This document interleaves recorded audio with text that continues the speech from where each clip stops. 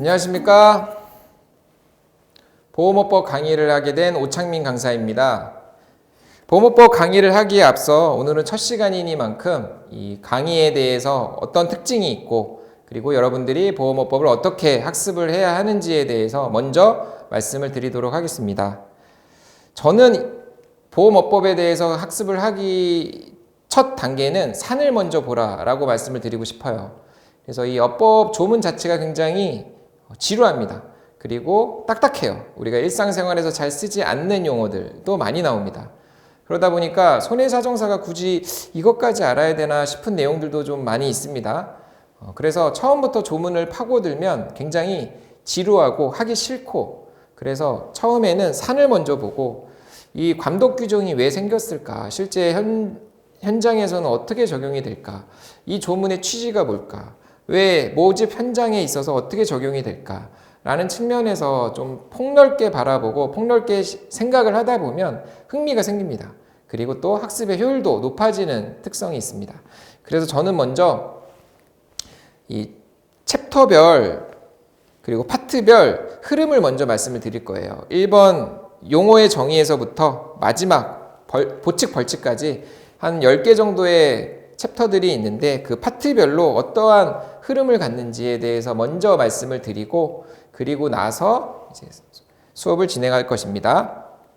먼저 제 강의의 특징은 단순 암기를 지향하겠다. 물론 이제 과목의 특성상 암기가 없을 수는 없어요. 그리고 전략 과목이라고 얘기들을 많이 해요. 단시간에 암기를 해서 고득점을 올릴 수 있기 때문에 전략 과목으로 접근을 합니다. 하지만 무턱대고 외우기보다는 조문의 취지를 먼저 생각을 하자. 이게 왜 이렇게 제정이 됐고 다른 조문과의 연관성은 어떻고, 이거를 알면 문제를 봤을 때 눈치껏 풀 수 있는 요령도 생깁니다.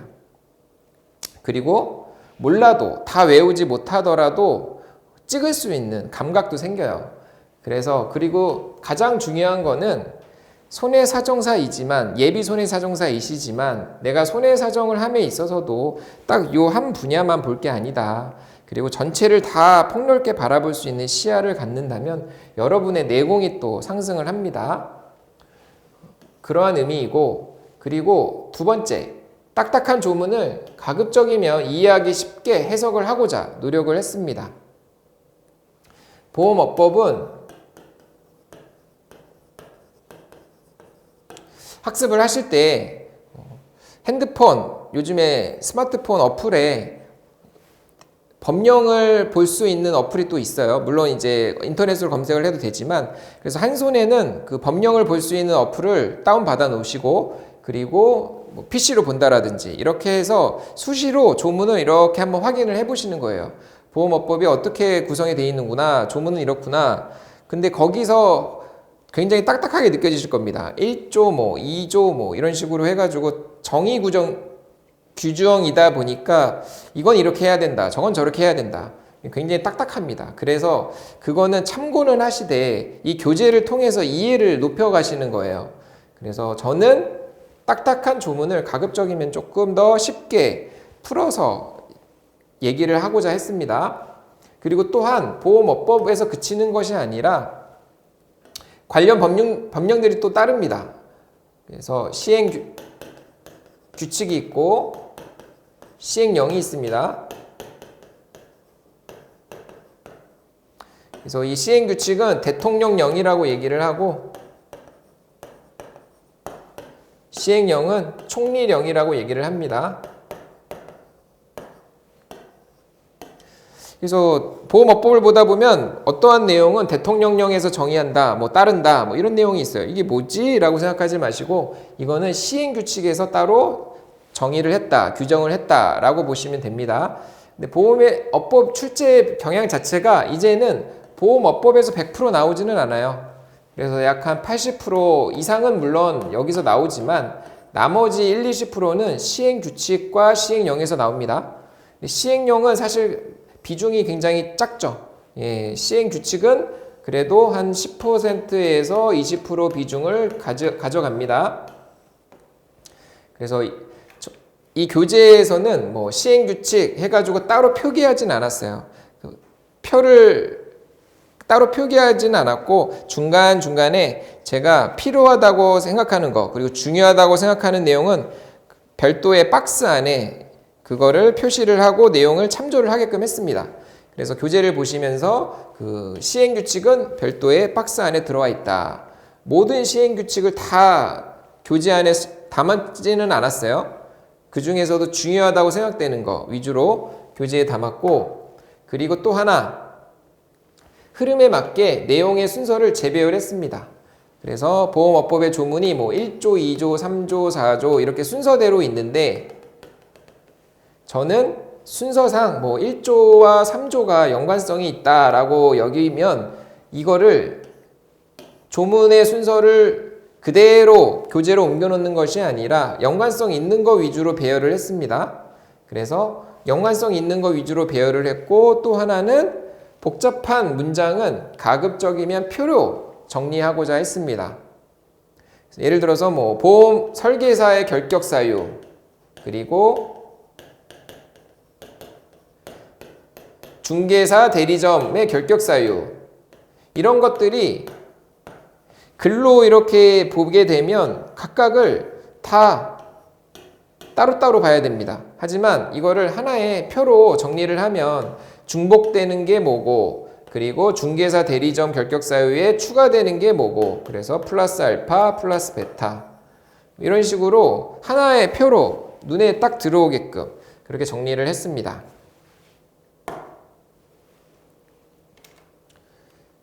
지난 신체 손해사정사 시험에 합격 통계를 봤더니 1차 합격은 약 28%, 그리고 2차 시험은 약 12%의 합격률을 기록을 했습니다.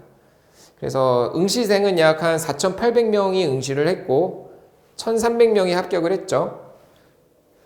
그리고 2차 시험은 약 한 3,000명이 응시를 했고, 근데 1차 합격이 왜 1,300명인데 2차 합격이 이렇게 많이 늘었을까요?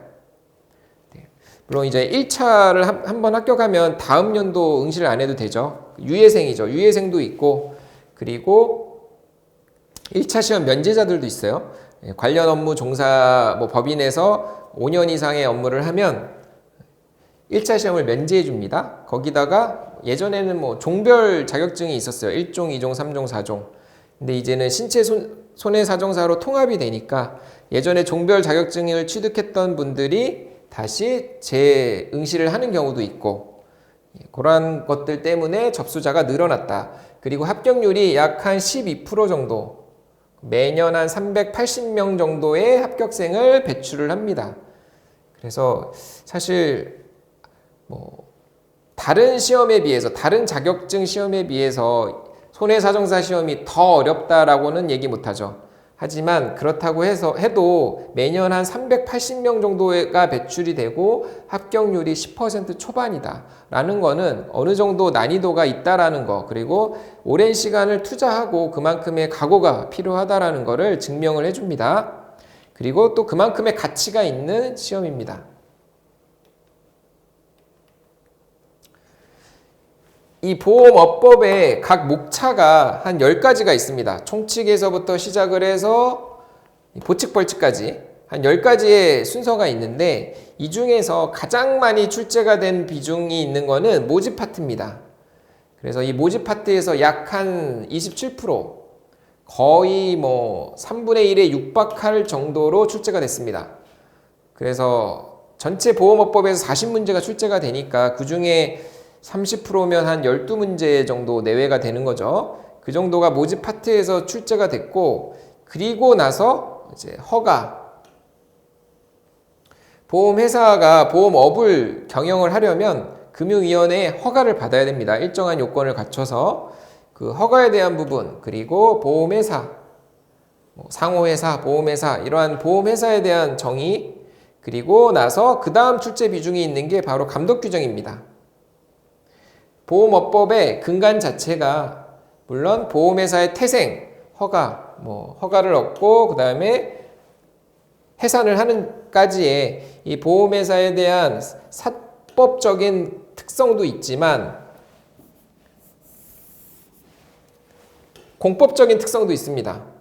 바로 이 감독 규정에 대한 거죠. 감독 규정이라든지 제3자 보호 이러한 특성들이 바로 공법적인 특성입니다.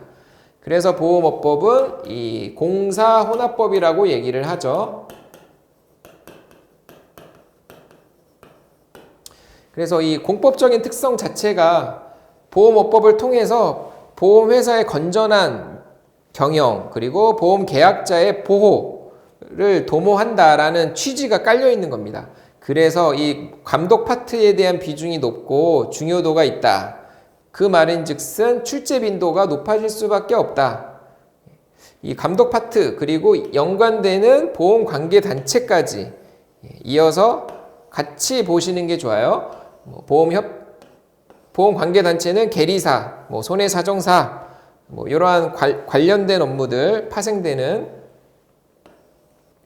그래서 이러한 파트별로 출제 빈도가 다르다 보니까 그러면 출제 빈도가 낮은 파트들, 계산, 보험 계리 쪽입니다. 계산, 계리 또는 회계 처리 이런 쪽이고, 그리고 관계자 조사, 그리고 보칙 벌칙, 제3자 보호, 해산 청산, 자산 운용 약간 이런 쪽으로 출제 빈도가 낮은 것들은 그러면 학습을 안 해도 될까? 또 그건 아니겠죠.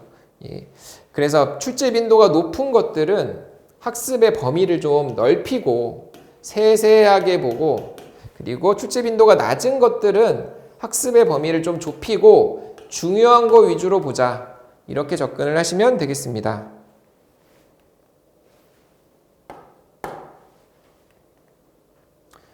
보험업법의 출제 빈도를 제가 말씀을 드렸고, 그리고 하나 더 말씀을 드리고 싶은 거는 이 파트별로도 흐름이 있습니다. 흐름이. 그래서 이 총칙, 허가, 보험회사, 그리고 모집, 그리고 자산운용 계산.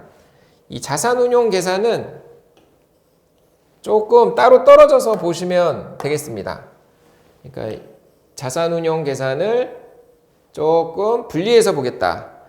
이 보험회사의 모집 파트는 보험회사의 근본적인 핵심 플로우입니다. 업무 프로세스에 있습니다. 보험회사 자체가 보험을 모집하고 거기에 따라서 보험금 청구, 심사, 지급 이게 하나의 플로우이기 때문에, 그래서 이거를 프론트 오피스라고 얘기를 하면 이거는 백오피스에 가깝습니다. 그래서 보험회사가 수익을 얻는 영위하는 프로세스에 해당되는 것이 모집 파트라 한다면, 이 자산운용 계산은 약간 옆 사이드에서 지원하는 업무들, 자산을 운용하고 회계 처리를 하고 장부를 어떻게 폐쇄하고 보고하고 이런 것들은 백오피스에 가깝다. 그리고 감독, 그리고 관계자 조사, 관계단체, 제3자 보호, 보칙 벌칙 이런 것들은 공법적인 규정들에 해당이 되는 거죠. 그리고 해산 청산은 여기 허가하고 연관성이 있고, 그래서 이 챕터별로도 파트별로도 서로 연관성이 있는 분야가 있고 특징적으로 카테고리를 분리할 수 있는 분야가 있다.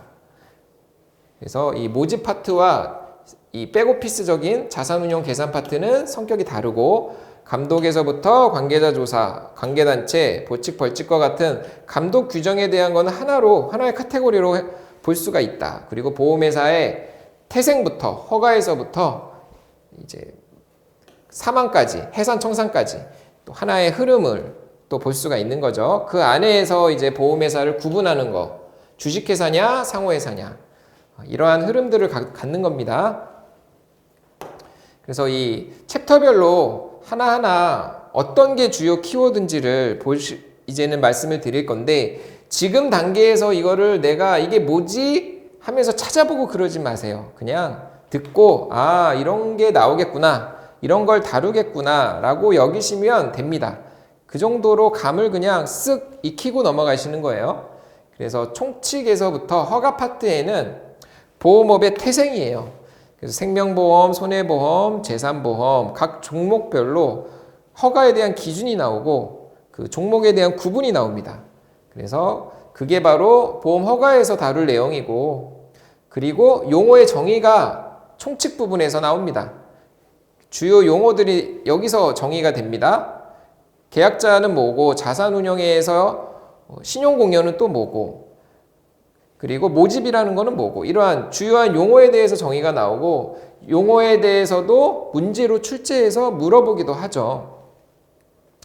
그래서 이 용어의 정의를 지나서 보험 허가에 대해서 나오고요. 그리고 보험업법의 목적, 근본적인 목적이 뭐냐, 그리고 보험회사의 부수 업무와 겸용 업무, 이 허가를 받고 나서 보험회사의 근본적인 업무 범위뿐만 아니라 그 범위를 더 넓힐 수가 있어요.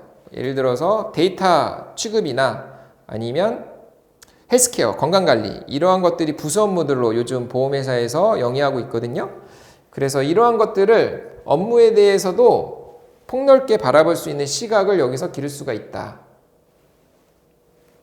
그리고 이거를 지나면 보험회사에 대해서 나옵니다.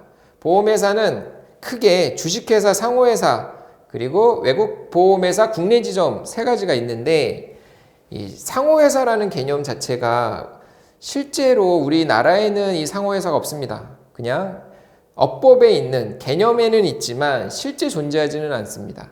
하지만 상법에 없는 회사 유형이다 보니까 업법상에서는 세세하게 다룰 수밖에 없어요. 허가에서부터 뭐 운영은 어떻게 할 것이고, 사원의 책임과 권리, 뭐 이런 것들은 무엇이고, 그리고 해산청산까지 주식회사에 해당되지 않는 상호회사의 어떤 특징적인 규정들이 있습니다. 그래서 그런 것들이 나올 것이고, 그리고 조직 변경, 주식회사에서 상호회사로 변경을 하는 거, 그리고 설립 등기에 필요한 요건들, 그리고 자본 감소와 조직 변경은 하나의 순서, 절차들이 유사한 점들이 많아요. 그래서 특별 결의를 거치고 거기에 대해서 공고를 하고, 그리고 또 계약자 이의 신청 기간을 또 거치고, 상호회사의 경우에는 또 한 번 계약자 총회를 또 해야 되죠. 사원이 주인이기 때문에. 그러한 절차들이 다 유사점과 차이점이 있습니다. 그래서 그러한 것들을 학습을 할 것이고요. 이걸 지나서 이제 모집 파트, 가장 중요한 파트입니다. 가장 중요한 파트고 내용도 굉장히 많고요. 그래서 보험을 모집하는 3대 채널이 있습니다. 그게 바로 설계사, 대리점, 중개사. 그거 외에 금융기관 보험 대리점이라고 은행 또는 카드사, 이런 데에서도 보험 상품을 판매를 하죠. 그래서 각각의 채널들의 특징이 뭐고, 공통되는 내용이 또 있고, 약간 특칙 조항들이 또 있습니다. 설계사의 특칙 조항, 뭐 교육을 시켜줘야 한다. 그리고 법인보험 대리점과 법인보험 중개사의 특징적인 특칙 조항, 영업보증금을 예탁해야 되고 영업 기준을 또 준수해야 하고, 이러한 공통점과 차이점에 대해서 살펴볼 겁니다. 그래서 모집 파트는 하나하나가 다 중요한 키워드들이기 때문에 여러분들이 학습을 하는 데 있어서 좀 더 주의 깊게 학습을 해야 합니다. 그리고 나서 자산운용과 계산. 이 자산운용과 계산 파트는 연관성이 있죠. 서로. 자산운용은 보험회사가 보험료를 수취를 해서 걷어들여서 받아서 이거를 가만히 어디 적립해 놓은 것이 아니라 이걸 또 운용을 합니다. 나중에 계약자들한테 돌려줘야 될 환급금이라든지 보험금에 대한 재원을 운용 수익률을 발생을 시켜서 나중에 지급을 하게 되는 겁니다. 그래서 자산운용이 실질적으로 회사에 굉장히 중대한 이슈가 되죠. 시중금리는 떨어지고 있죠. 자산운용 수익률은 낮아지고 있죠. 그러다 보니까 역마진이 발생을 해서 회사 입장에서는 굉장히 중요한 이슈인데, 우리가 시험 대비용으로는 그렇게 중요하진 않아요. 우리가 시험 대비용으로는 그렇게 많은 출제가 되는 것도 아니고, 그래서 여기서 나오는 거는 실무하고는 약간 다른 내용들, 뭐 자회사와의 거래, 그리고 대주주와의 거래 제한, 그리고 자산 운용, 특별 계정이 뭔지, 일반 계정이 뭔지 이러한 약간 이론적인 접근입니다. 그래서 실무하고는 약간 동떨어져 있고 시험에서는 약간 비중이 낮다. 그리고 그 이유 자체가 보험회사가 갖는 근원적인 업무에서 약간 지원 업무이기 때문에 그렇게 바라볼 수 있기 때문에 시험에는 출제 빈도가 좀 낮다. 그리고 자산운용을 지나서 계산 파트가 나옵니다. 이 계산 파트라고 하는 거는 우리 보험 계리 그리고 보험 계리사가 하는 일이 보험 수리 업무를 하는 거죠. 보험 수리 업무를 하는 사람들이 보험 계리사예요. 그래서 이 보험 수리는 수학적으로 통계적으로 보험 상품을 만들고 보험료를 책정하고 이런 업무들입니다. 여기에 더해서 회계 업무. 그래서 이게 합쳐져 가지고 이 계산 파트에서 나옵니다. 계리 업무와 회계 업무 일부 이게 합쳐져 가지고 계산 파트에서 내용이 나오는데 거기서 중요한 내용 중에 하나가 바로 이 준비금, 책임준비금이라는 겁니다. 이 책임준비금이라는 것 자체가 나중에 보험회사가 계약자들한테 돌려줘야 될 부채입니다. 부채의 성격을 갖죠. 책임준비금 자체가. 그래서 이 책임준비금에 대해서 해당되는 거, 그 특징, 그런 것들에 대해서 중요하게 학습을 해야 하고요. 그 책임준비금을 적립해야 될 필요가 있는 거죠. 그리고 재무제표에 대한 내용들. 그래서 시험 문제로는 사실 출제 빈도가 굉장히 낮아서 그 정도 책임준비금에 관련된 것들 위주로 학습을 하시면 되겠습니다. 그리고 넘어가서 감독 파트입니다. 감독 파트에 있어서는 감독 규정이 굉장히 중요합니다. 그리고 처음에 나오는 거는 이제 실질적인 감독주의, 그리고 준칙주의, 공시주의, 감독 규정의 특징을 먼저 3가지 정도 배우게 될 것이고, 그리고 나서 금융 감독에 대해서 재무 건전성, 지급 여력 비율이라고 합니다. 경영을 함에 있어서 재무 건전성이 굉장히 중요하죠. 나중에 계약자들한테 언젠가는 돌려줘야 될 보험금을 지급을 하는 데 있어서 문제가 없어야 됩니다. 그래서 재무 건전성에 대한 감독 규정이 나오고, 그리고 나서 금융위원회가 갖는 여러 가지 제재, 명령권, 검사, 조사 이런 것들에 대한 세부적인 요건들, 구분들이 나옵니다. 어떠한 경우에 금융위원회가 명령을 할 수 있고 권고를 할 수 있고 조사를 할 수 있고 그러한 내용들이 실질적인 감독에 대한 규정들이 여기서 다루어집니다. 그래서 이 감독 규정은 출제 빈도로 봤을 때 굉장히 중요하죠. 모집 파트 다음으로 뭐 허가 보험회사 그 다음에 감독 파트니까. 그리고 이제 해산 청산이 나옵니다. 보험회사가 설립에서부터 이제 경영을 하고 언젠가는 또 해산을 하고 청산을 해야 되는 상황이 올 수가 있습니다. 거기에 대해서 합병의 유형, 상호회사, 주식회사가 합병을 하는 경우, 상호회사와 상호회사가 합병을 하는 경우 여러 가지 합병의 유형, 그리고 보험계약의 이전, 그럼 보험계약을 이전을 하잖아요. 그러고 나면 결국에는 해산 청산 절차를 또 거치게 됩니다. 그래서 보험계약의 이전, 청산인, 그리고 상호회사의 합병, 요 관련된 내용들이 여기서 나올 겁니다. 그리고 여기서는 한꺼번에 같이 보셔도 되는데 관계자 조사, 그리고 제3자 보호. 제3자 보호는 손해보험 상품에만 해당이 되고 우리가 의무보험이라고 하는 가스배상 책임보험과 같은 의무보험에서 제3자를 보호하기 위한 어떠한 보호 장치를 뒀다라고 여기시면 되겠습니다. 그리고 보험관계단체는 보험료율 산출기관이 있을 수도 있고, 그리고 보험계리, 손해사정 이런 것들이 바로 관계단체로 존재를 합니다. 그래서 여러분들과 같은 예비 손해사정사들에 해당되는 내용이니까 좀 더 이해하기는 쉬우실 거예요. 그리고 그거를 지나서 보칙 벌칙에서는 과태료, 과징금, 벌금 조항 이러한 보험회사가 제재를 받는 입장에서 이러한 처분에 대한 규정입니다. 굉장히 많습니다. 이거를 세세하게 일일이 다 외울 필요는 없어요. 왜냐? 3%니까 출제 빈도가 굳이 이거를 3% 나오는 거 40문제 중에 3%면 뭐 한 문제 나올랑 말랑인 거죠. 그거를 대비하려고 공부 시간을 투자할 필요는 없고 개념적인 부분들 위주로 파악을 하시면 되겠습니다. 그래서 이렇게 출제 빈도를 통해서 각각의 키워드들 한번 살펴봤고요. 자, 앞으로 다음 시간부터는 저와 함께 1챕터부터 구체적으로 학습을 같이 하도록 하겠습니다. 예, 감사합니다.